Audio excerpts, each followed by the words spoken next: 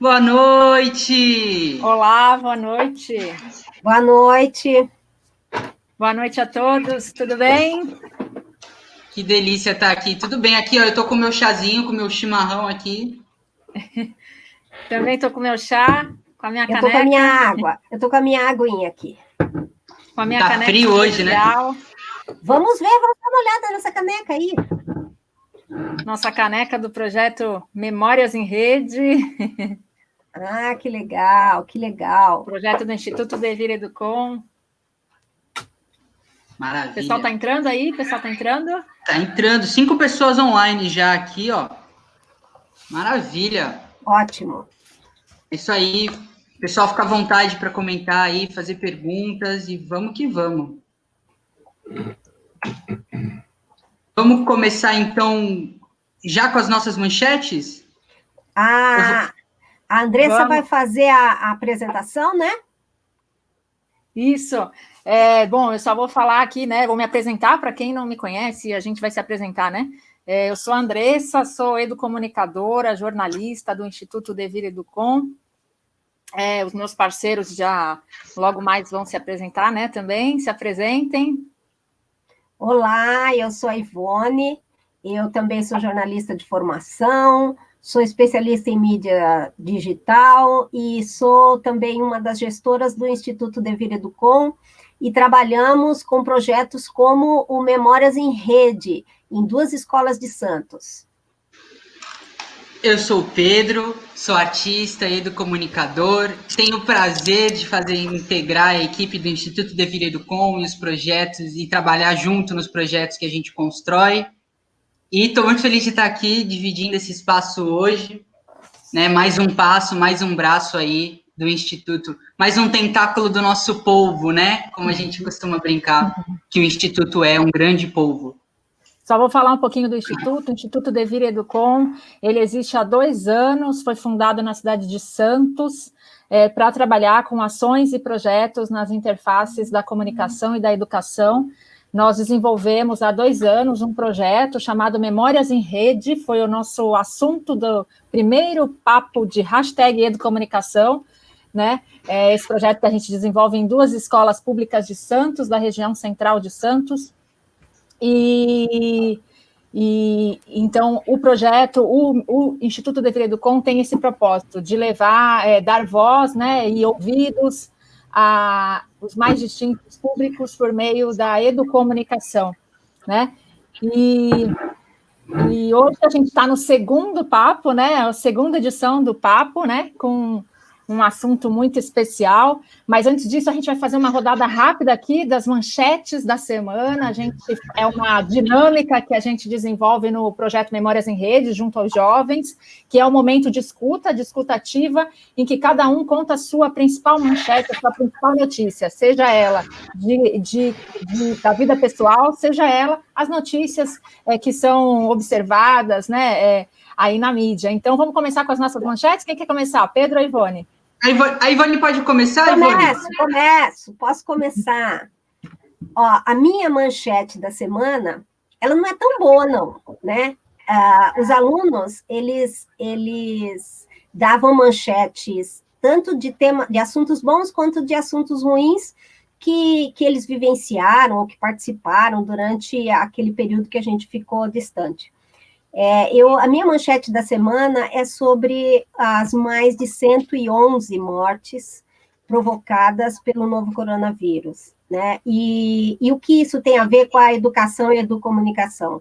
É que a gente não teve queda, né? A queda, ela é muito inexpressiva, a queda do número de infectados e do número de mortes, ela é muito inexpressiva ainda, para se discutir, para se falar em retorno às aulas. Hoje saiu uma notícia de que o governo do estado decidiu voltar às aulas no dia 8 de outubro, né?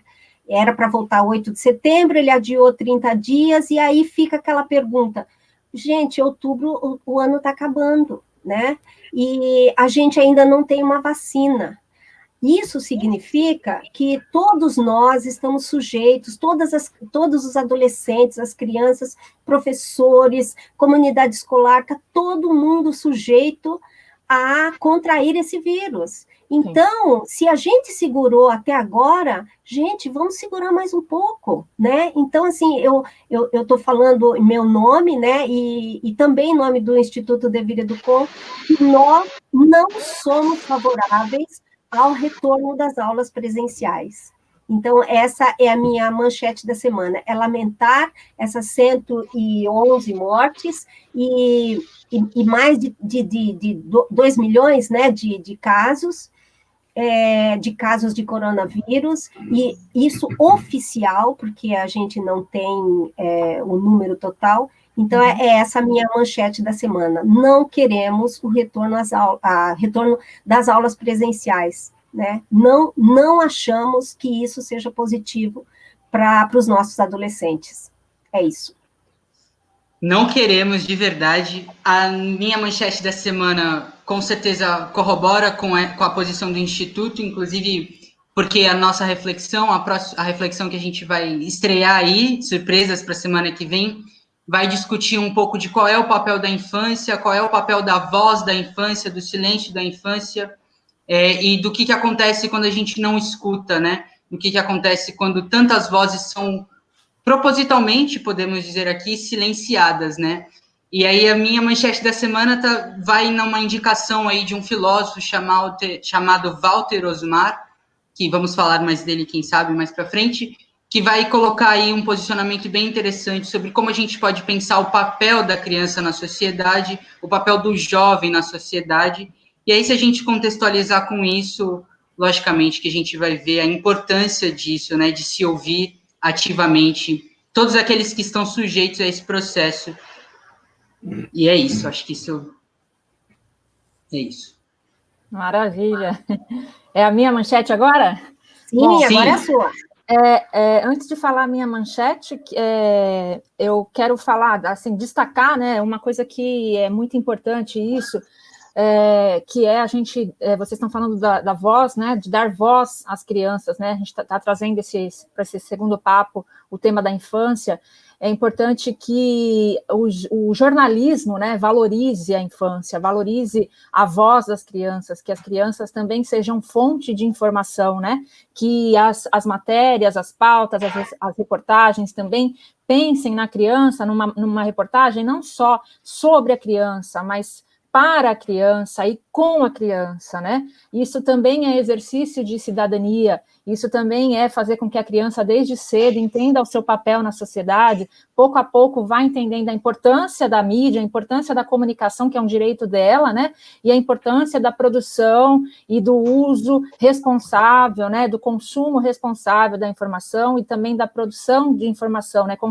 Uso consciente, reflexivo. Então, trabalhar isso desde a infância é fundamental, e eu acho que o jornalismo, os veículos de comunicação têm também esse papel de dar voz a essas crianças, dar voz à infância, dessa forma abrangente, não só com matérias sobre a infância, mas com matérias em que a criança também seja a fonte de informação, né? Seja aí valorizada. E aí a minha manchete, aí, fechando a minha manchete, eu trago também uma notícia que marcou a todos nós, né, chocou o Brasil nessa última semana, que foi o caso da menina violentada, né, sexualmente pelo tio, e eu acho que veio a calhar a gente, coincidentemente, propor esse papo, né, a segunda edição do papo, voltada à infância, né, e justamente nessa perspectiva da educomunicação, que é justamente dar voz, né, a essas crianças, e que cada vez mais as crianças possam ter voz. A gente colocou num dos posts que criança tem querer sim, né, porque desde que ela nasce, ela é alguém, né, então a gente precisa dar ouvidos mais às crianças e dar voz a elas. Então, foi um fato chocante, né, que entristeceu todo mundo, mas então a gente vai falar agora de coisa boa, né, vamos falar de coisa boa e do quanto essas crianças têm muita potência, né, gente? E aí a gente traz, então, uma convidada especialíssima, nossa querida Silvia Santos, né, que está aí na sala de espera virtual, esperando entrar, né, eu vou aproveitar aqui enquanto ela entra para ler o currículo dela. Ela é professora da Rede Pública de São Paulo, trabalha com crianças de 4 e 5 anos, tem um trabalho lindíssimo e vai contar aqui para a gente se inspirar, né? Vou dar Vamos chamar a Silvia, então? Vamos chamar. Chama que enquanto isso eu vou lendo o currículo dela, tá bom? Que assim a gente não perde tempo, porque ela tem coisa boa para contar. E o tempo é curto. Isso. Silvia Silva dos Santos, ela é especialista em mídias na educação pela Universidade Federal de Ouro Preto, especialista em informática na educação pela Universidade Cruzeiro do Sul, licenciada em pedagogia pela Universidade de Santo Amaro e é professora de infância pré-escola desde 2007. Ela coordena e leciona no projeto Agência de Notícias Imprensa Mirim, na EMEI Cartola, desde 2017. Seus estudos têm ênfase em experiências educomunicativas com conteúdos de rádio escolar e produção audiovisual desde 2011 na educação infantil. Silvia, seja muito bem-vinda ao nosso papo de #Educomunicação.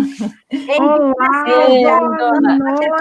boa noite, Andressa, boa noite, Ivone, Pedro, boa noite a todo mundo que está assistindo a gente.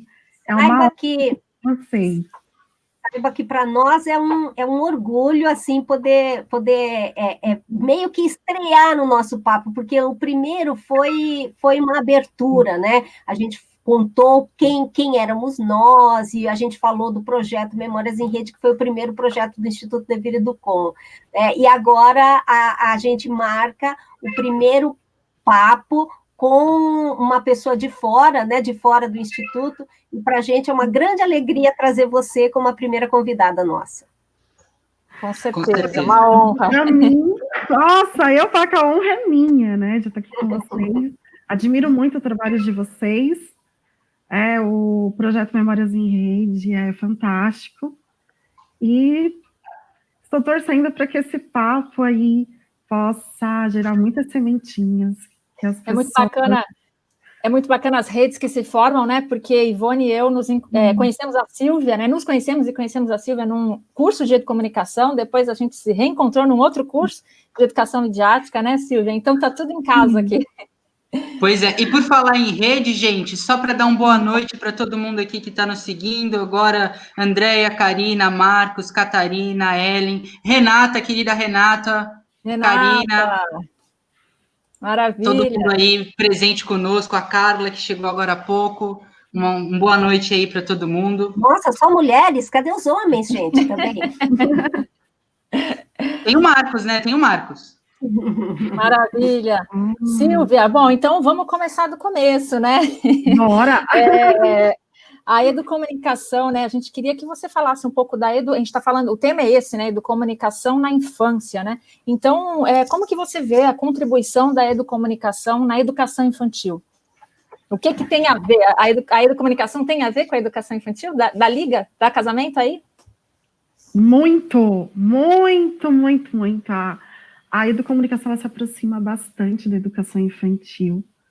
A gente pode desenvolver trabalhos em várias mídias que traz principalmente algumas linhas da educomunicação, então, que envolve colaboração, protagonismo, sentimento de pertencimento de grupo, a questão da cidadania, da valorização. Então, é um leque de coisas que a gente vê, estuda lá na educomunicação, que quando você chega com os pequenos, muito das vezes do que a gente já fazia, ou do que a gente já faz, a gente começa a integrar e ver que realmente tem a ver.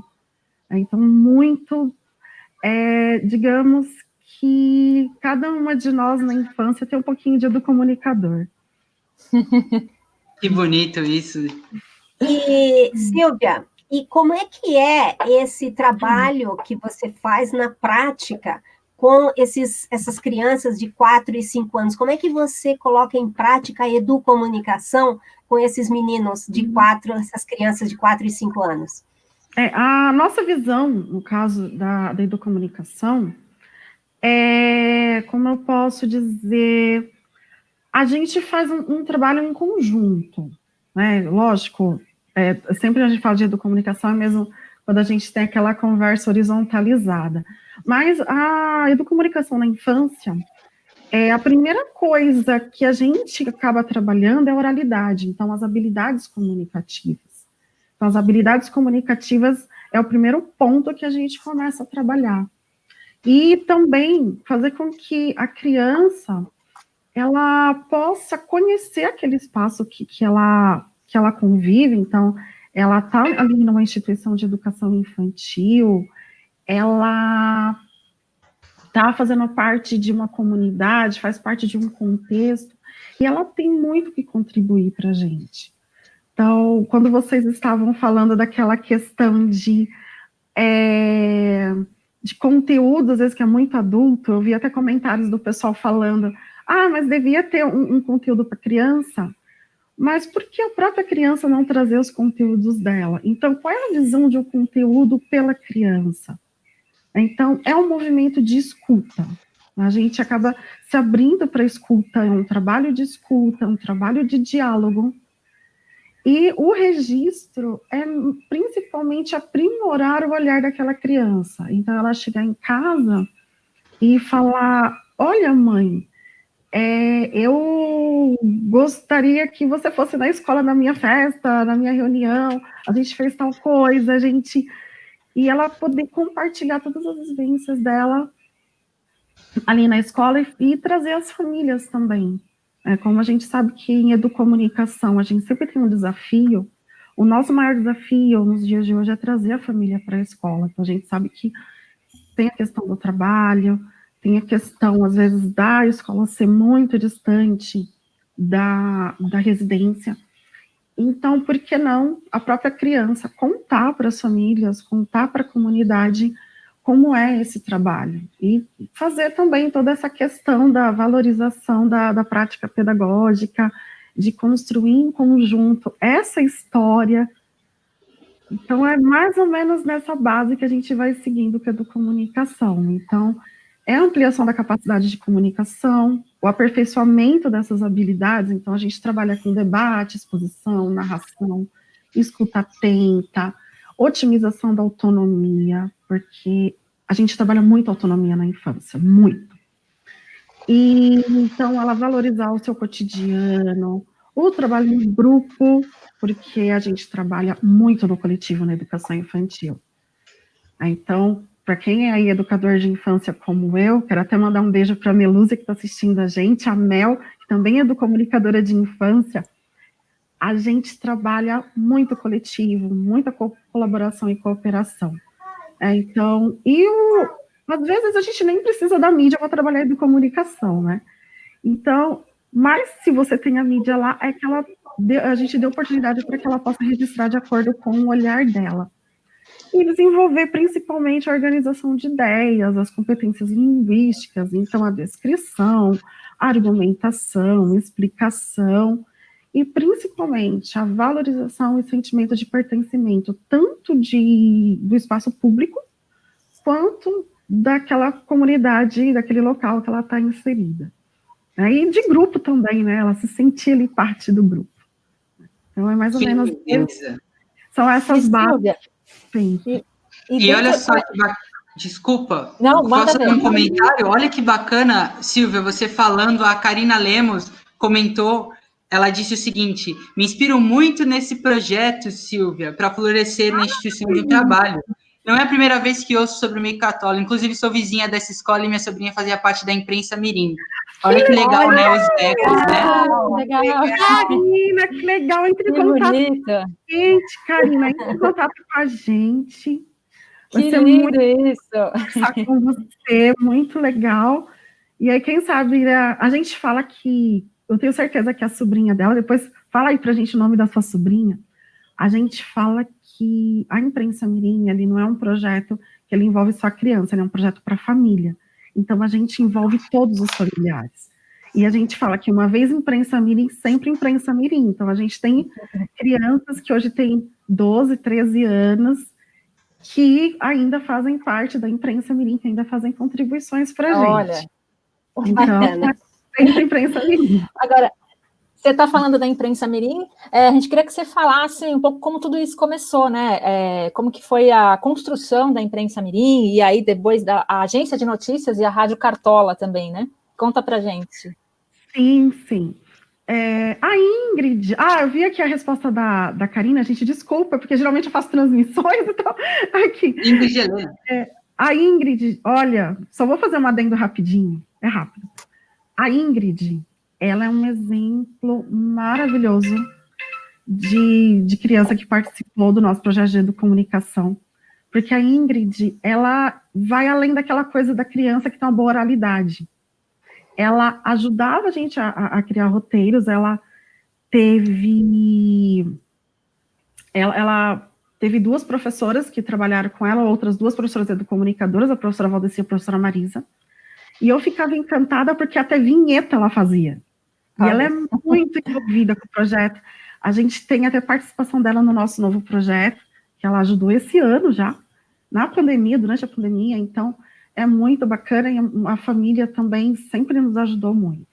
E aí, vou voltar, né, falando rapidinho aí dessa trajetória, eu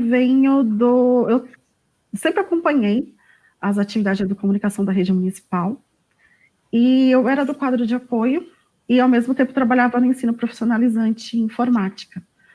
Mas o meu sonho era como é que eu ia trazer isso para a educação infantil, porque eu sempre trabalhei na pré-escola, né, com crianças pequenas, 4, 5 anos. Então, quando eu virei professora, 3 anos depois, eu participei de um curso, né, na Diretoria Regional de Educação de Campo Limpo, e o curso era para Fundamental 1. E olha que engraçado, né, para Fundamental 1, e aí as pessoas foram me dando dica do que fazer, do que poderia ser feito, de como trazer essa oralidade. E aí eu fiz um trabalho, que é um bichodário virtual.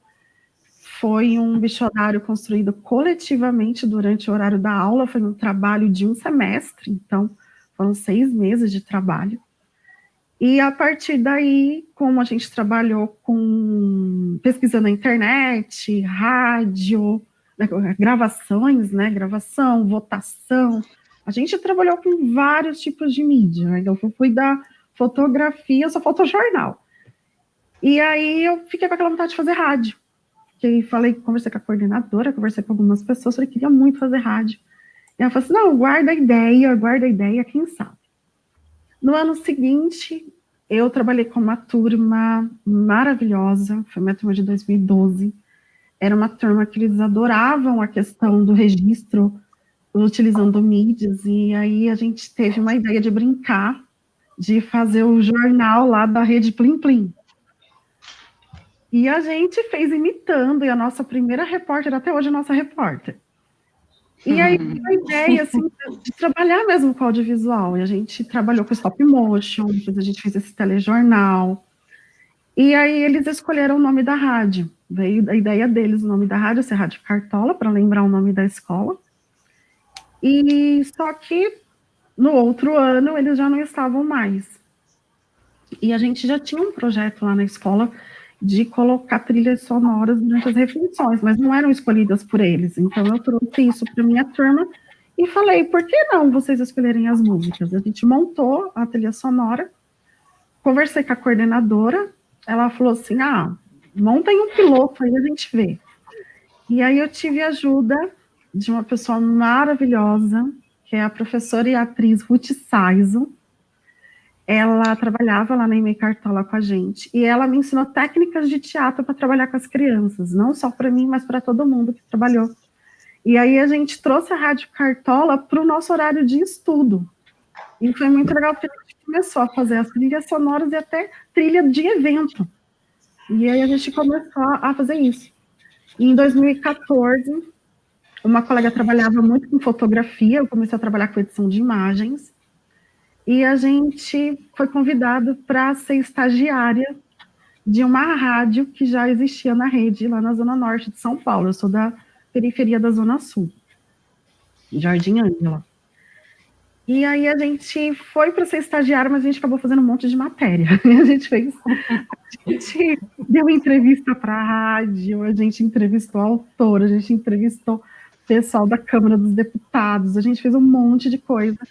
E aí a gente recebeu esse nome carinhoso de imprensa mirim, a ideia de ser uma agência de notícia. Mas a gente acaba tendo alguns imprevistos no meio do caminho, então só um ano depois que a gente conseguiu fazer o projeto piloto. Então, nesse meio tempo, eu fiz um trabalho com rádio, a minha colega fez um trabalho com jornal, né, com jornal impresso, e aí depois a gente conseguiu montar o projeto piloto. A gente teve uma gestão que foi muito bacana, que aceitou o projeto.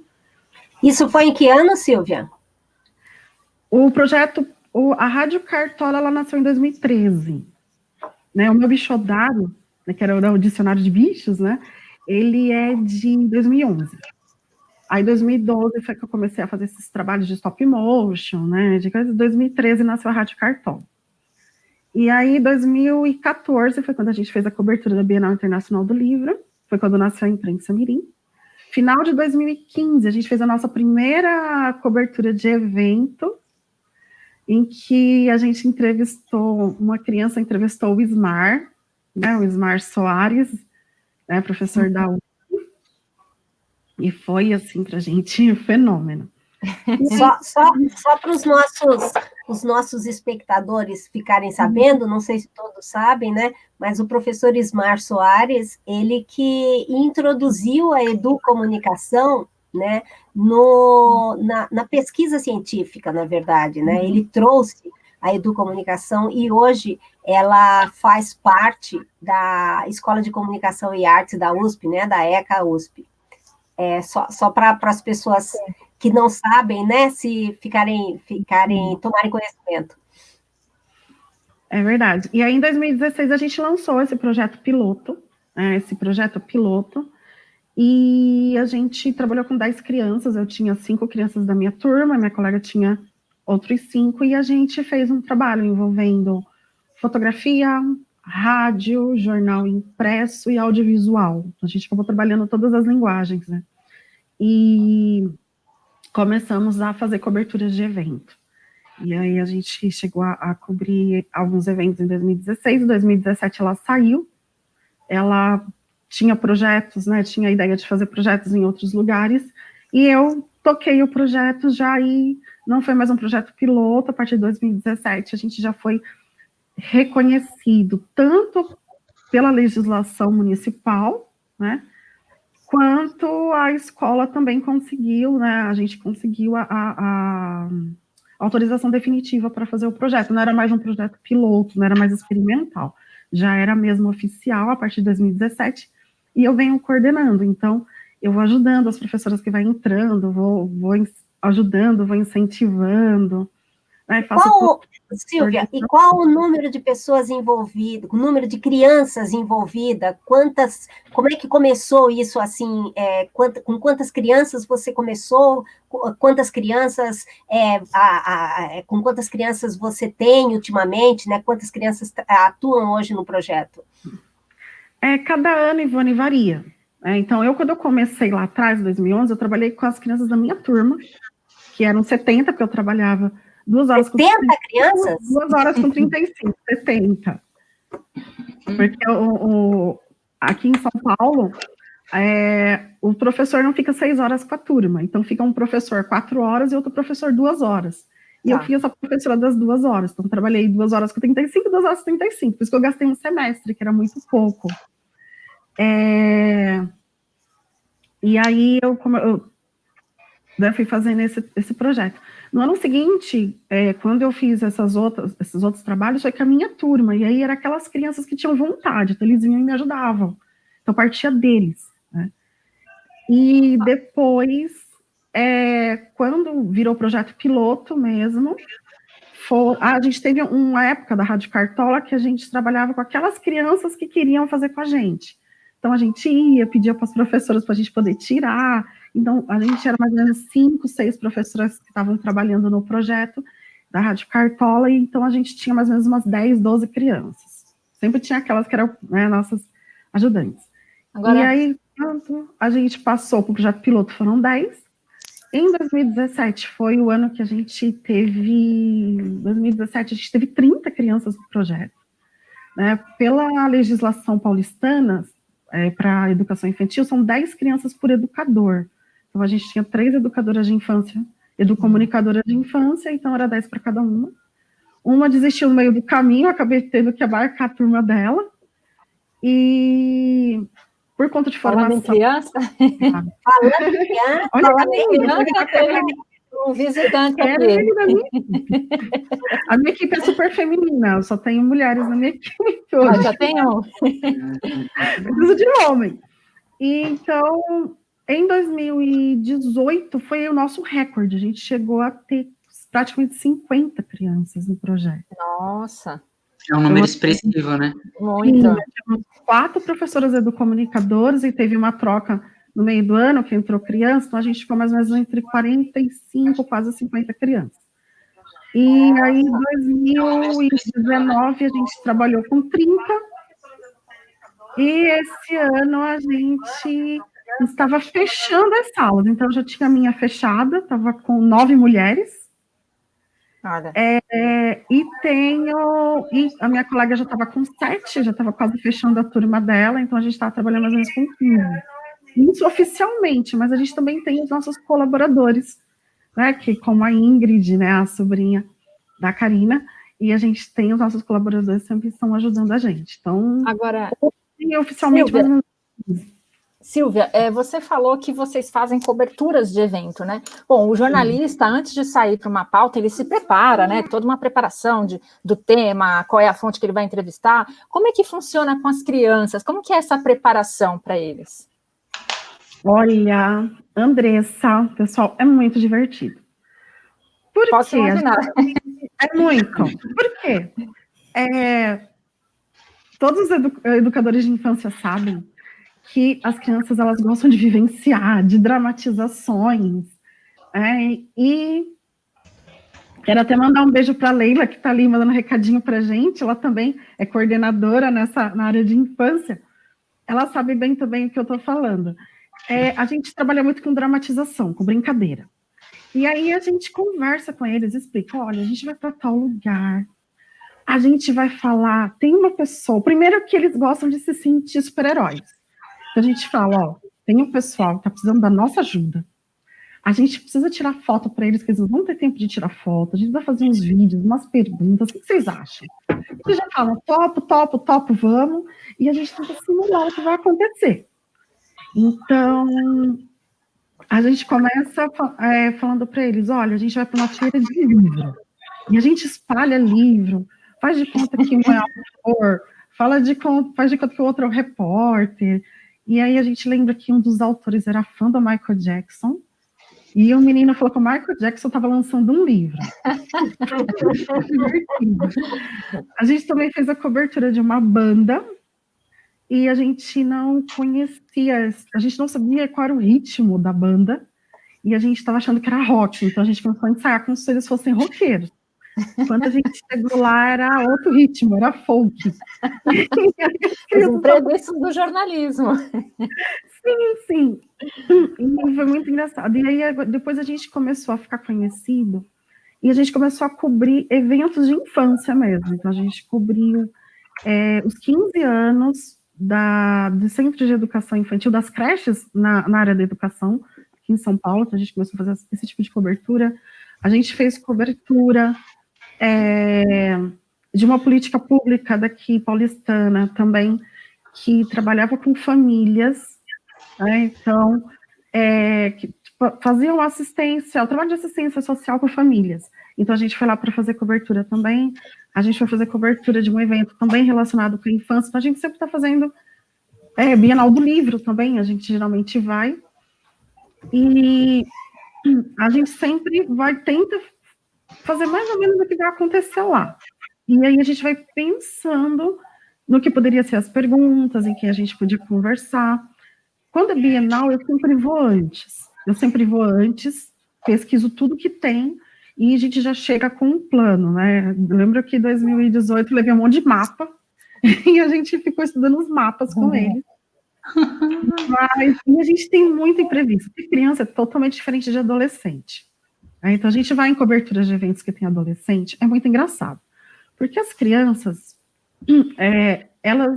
a gente leva as famílias. Por quê? Primeiro, para as famílias poderem interagir com as crianças lá junto, porque as crianças têm um tempo que elas estão ali engajadas, depois elas querem descansar, então a família já está ali. E também toda aquela parte do acolhimento, com a família é mais fácil de estar. Então, sempre a família está junto com a gente também para avaliar nosso trabalho.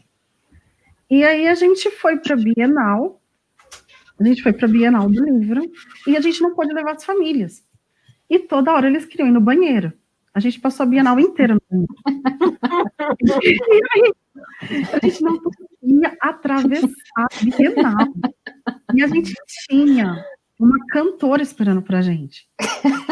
Aí, a gente andava meio metro, a gente estava em 4 equipes, a gente se dividiu, cada professora da sua equipe sumiu. E ninguém encontrou a equipe de ninguém, a gente só conseguiu se encontrar para comer. E eles ficavam, nós vamos comer, não? Importante, né? Um queria comer, o outro queria entrevista, o outro queria banheiro. E foi muito engraçado, mas foi bem legal. Eles se divertiram muito. E as entrevistas que eles faziam, teve algum caso assim inusitado de alguma entrevista que eles fizeram que deixou, porque criança a gente sabe, ela é muito sincera, né? E teve algum caso assim de alguma criança que acabou deixando o entrevistado assim meio na saia justa? Teve alguma coisa assim? Houve algum fato inusitado assim por parte deles? Olha, a gente teve uma repórter 2014, 2015. Ela era o máximo. Eu, assim, sou fã dela até hoje. Tá linda, enorme. A gente falou que a gente ia fazer uma entrevista com o Smart. A gente conta para eles, quando é um entrevistado, a gente conta para eles como é a pessoa, tudo. A gente vai contando isso para eles. Então, eles já chegam super íntimo da pessoa. Ela chegou para o Smart e falou assim... Fez as perguntas que ela queria fazer, tudo, e depois falou assim, eu te desafio a fazer a entrevista. Eu te mostro como eu faço entrevista e você fala como é que você faz com seus alunos. E ela começou a desafiar ele. Ele ficou numa saia justa, porque ele não entendeu direito, porque ela só tinha 5 anos, ela estava completando 6 ainda. E ele ficou admirado, ele falou assim, nossa, ela tá me desafiando, olha que bacana. E ele conversou com ela, a gente tem esse áudio, né, da Rádio Cartola. E foi muito engraçado, porque ninguém imaginava que ela ia falar isso com ele, que ela ia falar, eu quero te desafiar, então, né. E é muito bacana legal. A diferença entre as crianças de 4 e as crianças de 5, as crianças de 4, porque a gente trabalha assim, crianças de 4 fazendo 5, crianças de 5 fazendo 6. Então, né, a gente fala 4 e 5, mas geralmente é 5 e 6 anos. E é muito engraçado porque, assim, os menores de 4 e 5, eles não são de fazer perguntas. Eles fazem quando estão com a gente. Quando eles estão na frente da pessoa, eles começam a tremer, eles não vão. Eles não fazem, eles tremem, eles esquecem, dá branco, dá tudo. E aí eles gostam mais de ouvir a pessoa. Então a gente já fala logo, ó, como ele é pequenininho, você pode conversar com ele. E aí as pessoas geralmente conversam. Os de 5 para 6 anos, não. Eles já formulam as perguntas. Então, eles vão com o roteirinho deles na cabeça, do que eles querem saber, porque a gente deixa meio... A gente só treina com eles. Eu pergunto, o que você queria saber de tal pessoa? E aí a gente, né, vai anotando, e aí depois a gente vai repassando com eles. E aí fala, você disse que você queria falar tal coisa. Quando eles esquecem, a gente vai lembrando. Então, eles são mais cara de pau, de 5, 6 anos, eles já vão e já fazem a pergunta logo de uma vez. Eles já não tem essa. Mas eu tenho uma equipe de meninas, o ano passado, com 4 anos, elas tinham uma pergunta. E elas, como eu trabalho, geralmente, não só no projeto, mas eu trabalho de comunicação no meu cotidiano, elas já estavam super treinadas, mesmo com 4 anos. E elas queriam que o entrevistado falasse bastante, só que o entrevistado não falava. E elas ficavam fazendo a mesma pergunta, e ele só dava meia resposta. E elas ficavam muito irritadas, porque elas queriam uma entrevista grande e ele não dava.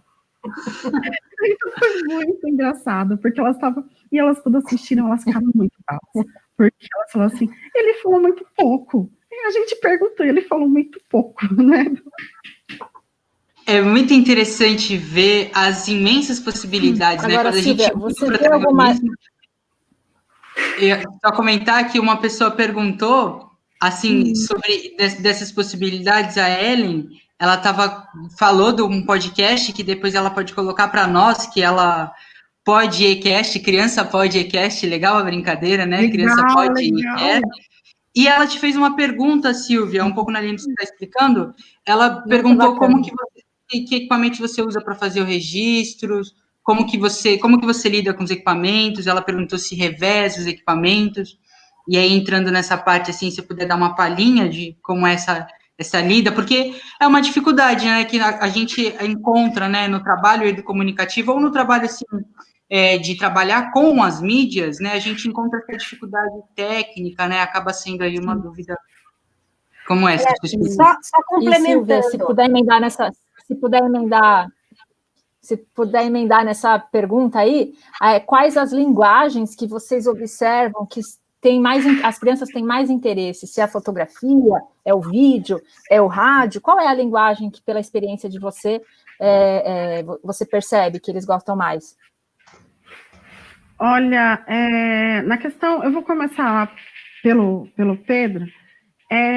Existe muita resistência, não só de educadores de educação infantil, mas do próprio poder público, de trazer equipamentos para escolas de educação infantil. Então, algumas escolas de educação infantil aqui em São Paulo tinham laboratórios de informática, mas acabaram virando sala de aula. Então, acabou se perdendo isso. A escola que eu trabalho nunca teve laboratório de informática. Na verdade, a gente não tem muitos equipamentos, né? A gente não tem. Para ser sincero, o que nós temos hoje? Nós temos uma máquina Sony roxinha, sabe aquela Cybershot? Desculpa ter falado marca, mas é aquela da antiguinha, um tripé, né, gente? O nosso diretor conseguiu comprar um tripé. E ele comprou alguns monopés, muito pouca coisa, porque a gente não conseguiu ainda o recurso próprio para isso. E aí, o que a gente faz? Nosso microfone, a gente pega fone de ouvido, a gente ganhou microfones quebrados e fones de ouvido velho. Aí a gente cortou a parte do fone e eu colei a parte do microfone dentro dos microfones de mão quebrados para fazer um microfone de mão. Então, são 2 microfones de mão.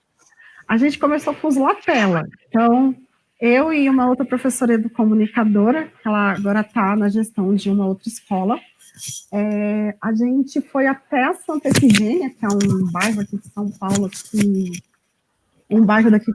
que tem muita coisa de tecnologia. A gente comprou a gente comprou mini tripé, a gente comprou monopé, compramos alguns cabos adaptadores, pouquíssimo recurso, porque a gente não tem quase recurso. E compramos também microfone de lapela, que a gente achava que os microfones de lapela seria fácil para eles manipular. E aí a gente sempre tem aqueles percalços, né? A gente teve uma criança que a mãe deixou no projeto, a mãe não compreendeu qual que era a temática do projeto, o menino comeu metade dos fios. E a gente perdeu um fio, hoje a gente perdeu um microfone de lapela, a gente só tinha 2, perdemos um microfone de lapela e perdemos um cabo adaptador.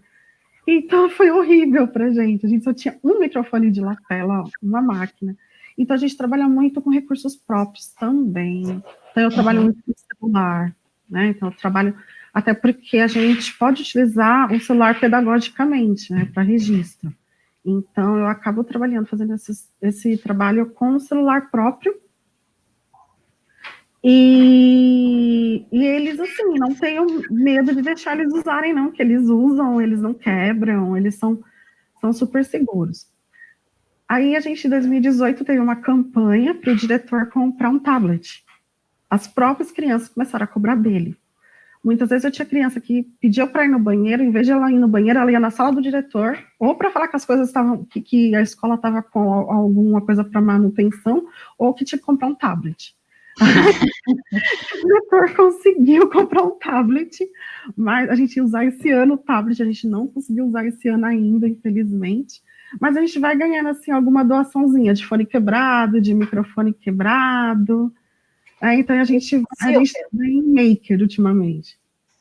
Silvia, e como é a relação de vocês com os familiares? Assim, os familiares, eles aceitam bem o projeto.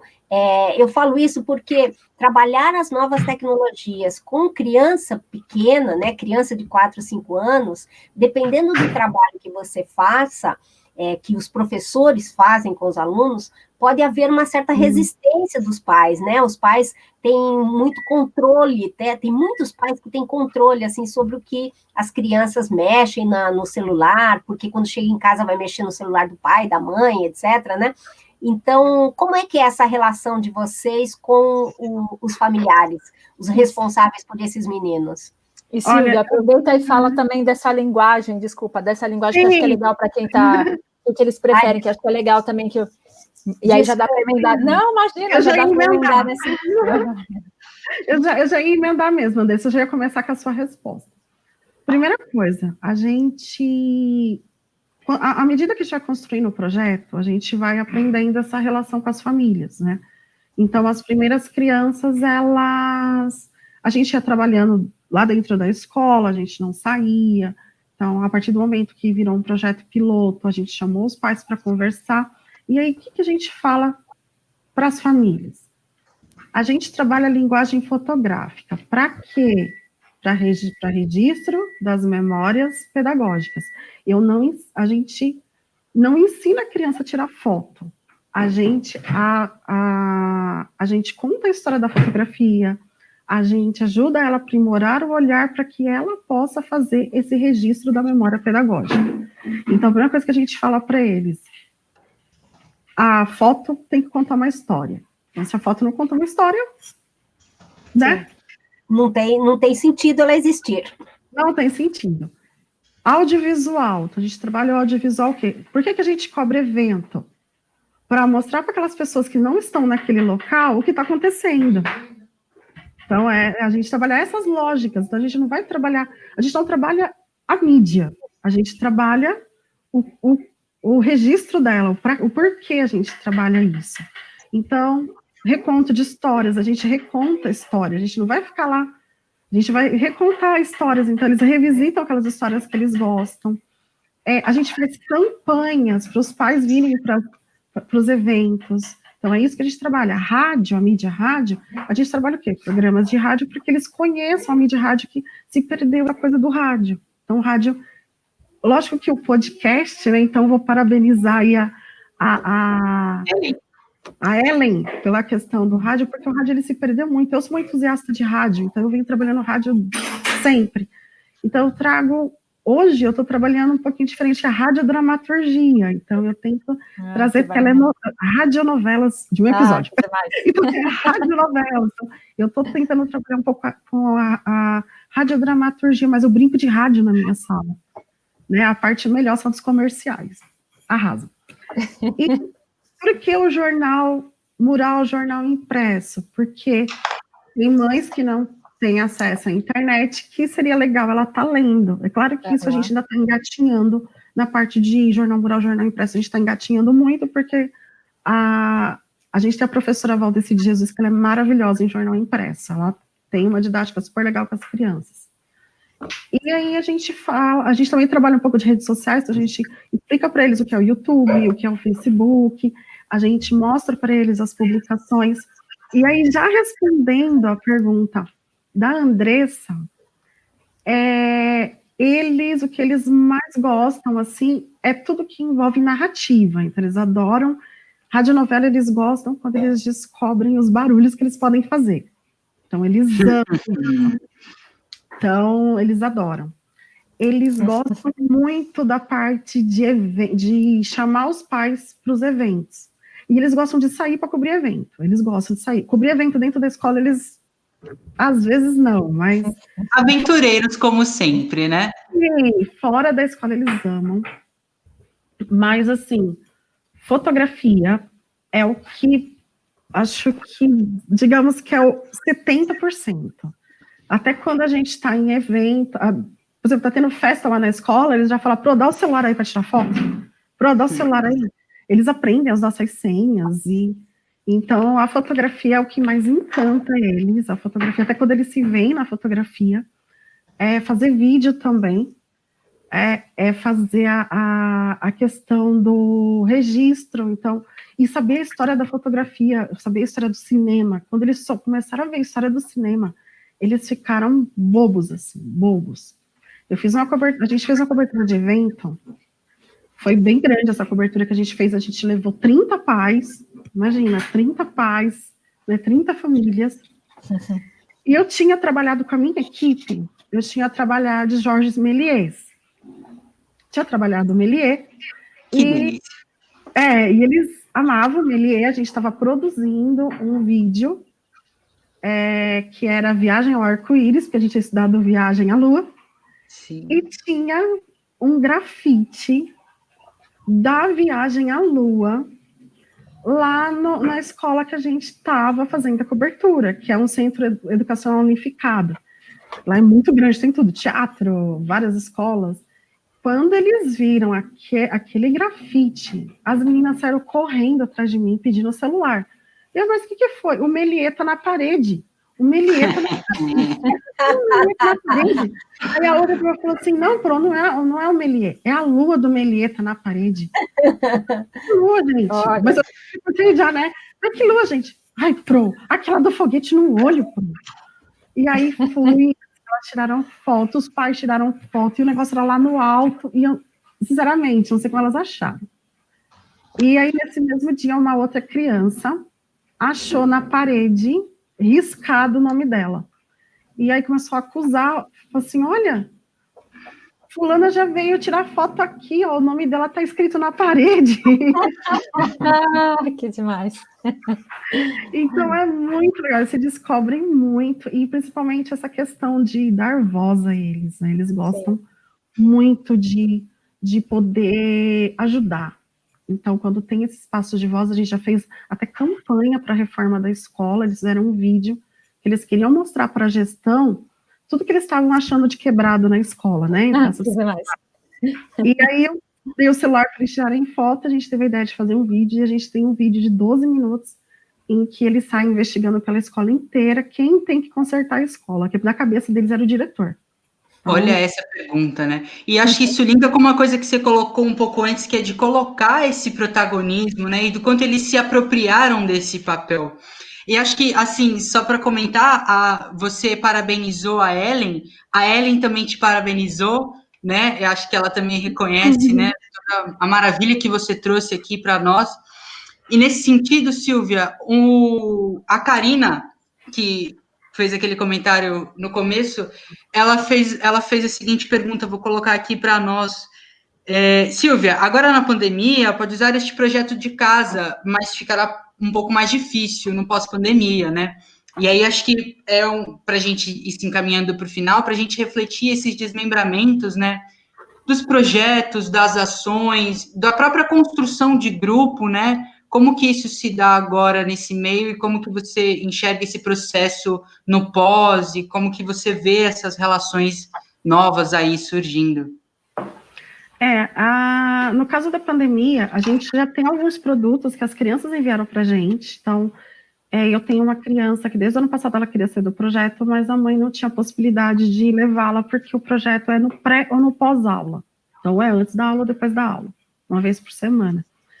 Então, essa criança, ela queria muito, muito. E aí, tem crianças que querem e a família não pode, a gente trabalha com eles como colaboradores.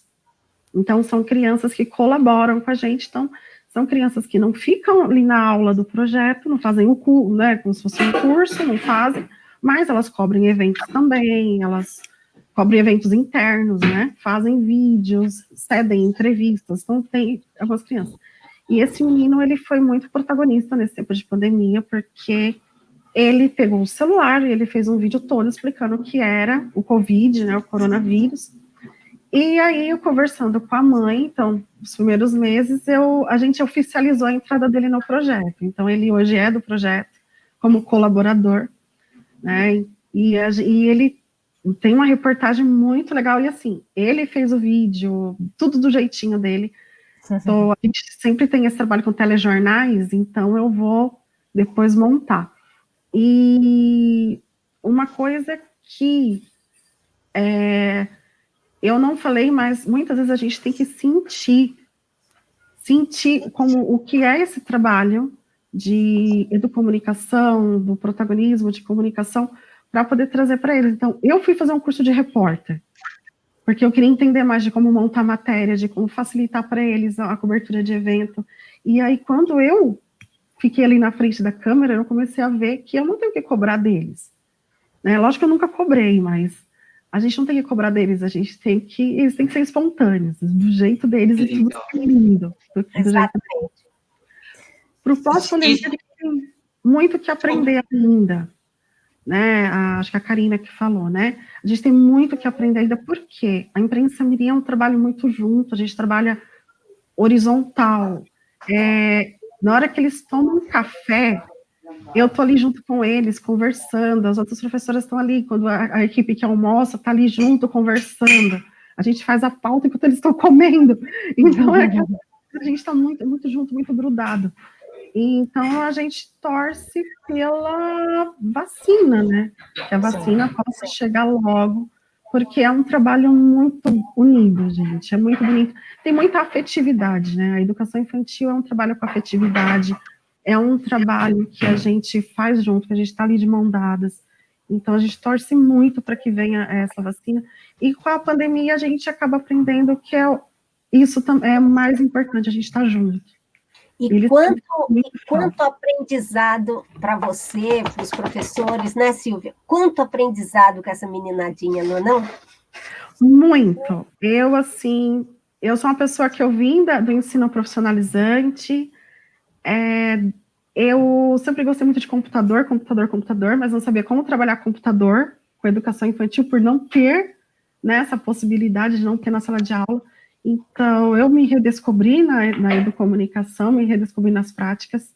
Eu já trabalhei educomunicação sem pegar nenhuma mídia, né? Só ali nos grupos, a gente reescreveu contos de fadas utilizando as regiões do Brasil. Então, é um trabalho totalmente educomunicativo, mas que a gente usou o quê? Lápis e papel, né? Então, a gente utilizar essas mídias. E falar que o trabalho educomunicativo não necessariamente eu preciso ter um equipamento maravilhoso. É claro que quando a gente vai cobrir evento, as crianças vêm, os adolescentes, o projeto de educomunicação dos adolescentes já tem mais recursos, né? E passam com aqueles tablets maravilhosos, aquelas câmeras estonteantes. As crianças tiram foto das câmeras em vez de tirar do evento. Aí eu tenho que ficar falando, não, você tem que tirar do... Né? Então, a gente não tem recurso, mas a gente tem a união, tem a alegria. E nada tem o amor e tem o afeto. Sim, porque a primeira coisa que o importante, né? É o mais importante. A primeira coisa que a gente faz, que a gente vem fazendo desde 2018, a gente fala assim, como é que a gente vai falar de um lugar que a gente não conhece? Então, nossa primeira aula da imprensa mirim é andar a escola inteira. Então, a gente, com a primeira e a segunda aula, a escola inteira. Eles entram em todas as salas de aula, eles entram em todos os depósitos da escola, eles conhecem todas as pessoas que trabalham na escola, a gestão, eles entram na cozinha, no depósito da cozinha, eles têm uma aula de como é o trabalho da cozinha, e eles conhecem, eles que brincam até de adivinhar de quem é o carro de quem, né? Isso é muito bacana, né? Então, primeiro a gente tem que conhecer como é que eu vou gostar de um lugar, falar de um lugar que eu não conheço. Então, a gente começa por aí, essa questão do sentimento de pertencimento. Isso é muito bacana, Silvia, porque é justamente isso, né? Eles se reconhecem no espaço e eles também reconhecem o valor de cada integrante da comunidade escolar, né? Conhecendo as suas importâncias, né? A importância da cozinheira, a importância de quem faz a limpeza, a importância do inspetor, do professor, né? Isso, acho que trazer isso desde a educação infantil é essencial para formar um cidadão mais solidário, né? Mais empático. É um trabalho muito lindo que você faz, viu? E é claro, é um trabalho muito legal. É claro que a gente sabe que nem todas as crianças gostam, né? Nem todas as crianças gostam, então a gente não força nada. Então, se naquele momento ele não quer entrevistar, tudo bem, né? Então, não é o seu momento. A gente sempre deixa muito claro para os pais, o seu filho quer participar disso, ele gosta disso, porque a gente tem que fazer por amor, por a gente gostar. se ele não está se sentindo bem, que nem essa criança que mordeu o microfone. A irmã dele amava, ele não. Mas aí a mãe dele chegou para a gente e falou, se quiserem ela, ele tem que ficar junto. E o menino estava muito infeliz, a gente falou assim, a gente não pode, ele está infeliz. E aí ela acabou tirando os dois, a gente ficou muito triste. A gente tentou de tudo para envolver a criança, de tudo, mas ele não gostava. Então, acho que é um trabalho de formiguinha. Então, a gente trabalha muito com as famílias, trabalha com as crianças. E é muito importante essa questão do respeito, né? Do respeito à subjetividade, à individualidade, porque, indo ao encontro do que a Dessa comentou, é um jeito da gente difundir também a horizontalidade, porque ela pressupõe isso também, né? Ela pressupõe que a gente vai entender o outro naquilo que ele é, sem tentar mudar ele. E olha só que bacana, a Carol, que inclusive a Carol, né? A Carol, que também é integrante do Instituto, hoje não pôde estar aqui, ela disse que quanto amor dá para sentir em suas palavras, Silvia. Olha que bonito, né? Assim, a Leila, mais uma vez, agradecendo por representar os professores da educação infantil. Olha só. E vale ressaltar que, Silvia, você recebeu muitos parabéns, né? Obrigada. Então, quantos ecos você ecoaram por aqui. A Renata também agradecendo pelo processo, te elogiando. Que maravilha, né? Poder ouvir tudo isso, poder ver que, na verdade, a gente tem como, né? Que existe como, né? Eu acho que usando ali a coisa do material, por exemplo, que você ressignificou, né? A partir da dificuldade. Ou seja, dentro de todas as nossas dificuldades, a gente é capaz de fazer uma educação diferente, uma educação que vai para outro sentido, né? É verdade. Tem algumas pessoas que eu conhecia, mas eu acho que acabei conhecendo muito mais esse ano, que é a Mel, né, a Melusa, que está aí assistindo a gente, a Gil, que eu vi que está assistindo a gente, e a Andressa, a charada Andressa, do Comunicadoras de Infância.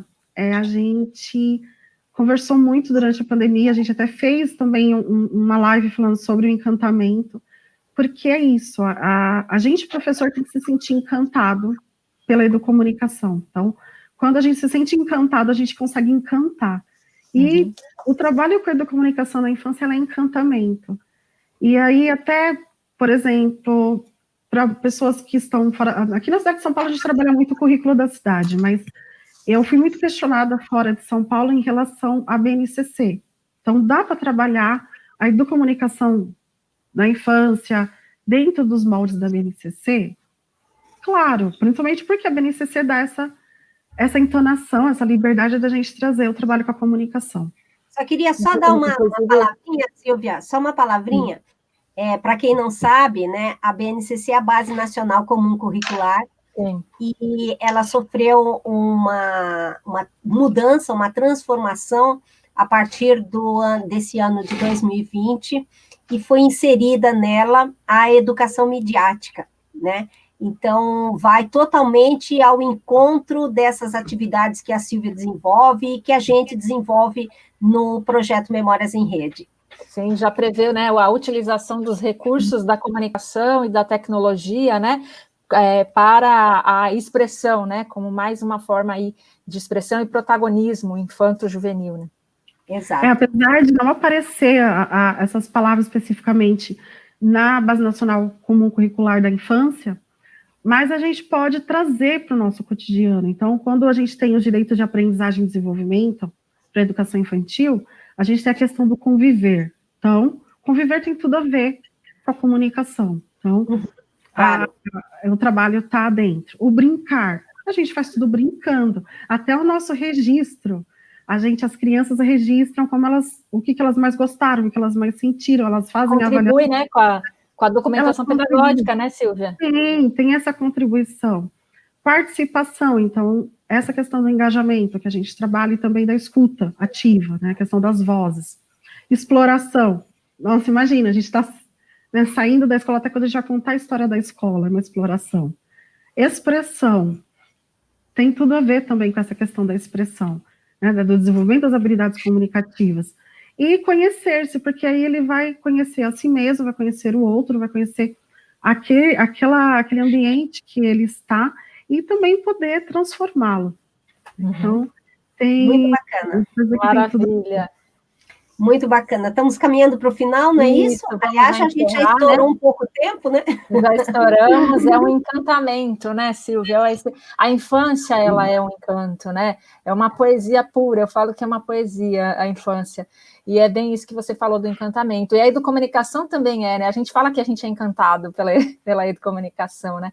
Então, a gente não poderia ter sido uma outra pessoa senão você para fazer essa primeiro bate-papo nosso com convidados, né? Você ser a nossa primeira convidada e começar pela infância, né? Pelo começo da vida. Então, eu agradeço muito essa oportunidade. Eu acho que só rapidinho, poder dizer que se quem está assistindo a gente tem vontade de fazer um projeto envolvendo educomunicação na infância, conheça a sua escola, né? Conheça a sua escola, mostre para as crianças, até mesmo você conhecer, porque às vezes você nunca entrou na cozinha da sua escola. Então, quero começar, por que não com projetos que envolvam fotografia? Então, começa com a fotografia, a história da fotografia também é muito bacana para trabalhar com eles. Registrar os eventos até da sala, então eu tinha crianças que registravam rodas de conversa, dramatizar a história, então gravar a voz deles, eles adoram se ouvir, adoram se ver, também, sabe, se tiver acesso à internet, por que não fazer um videoclube com aquelas produções que foram feitas por eles? Então, tem uma gama de possibilidades que dá para trabalhar. Nem sempre precisa da tecnologia, né, como eu falei, histórias, e, claro, tem os entraves, então até chegar até aqui, a gente tem muita coisa, foi uma caminhada muito longa, foi uma caminhada cheia de percalços, a gente luta com tabus, né? Então, cheia de nãos, né, Silvia? Cheia de nãos. Então, quando eu cheguei, a maioria dos lugares que eu chegava, eu era a única educadora de infância. Hoje, quando eu estou no lugar e sei que tem mais alguém, eu sei que a sementinha está sendo disseminada. Então, ter esse espaço aqui hoje, eu acredito que não só para mim, mas para todas as educomunicadoras de infância como eu, estamos sendo agraciadas. Então, maravilha. Muito bacana esse espaço com vocês. E um prazer estar conversando com pessoas que eu tanto gosto, né? Eu queria só dar uma palavrinha dessa, eu sei que você vai encerrar aí, né? Não, pode encerrar, pode encerrar.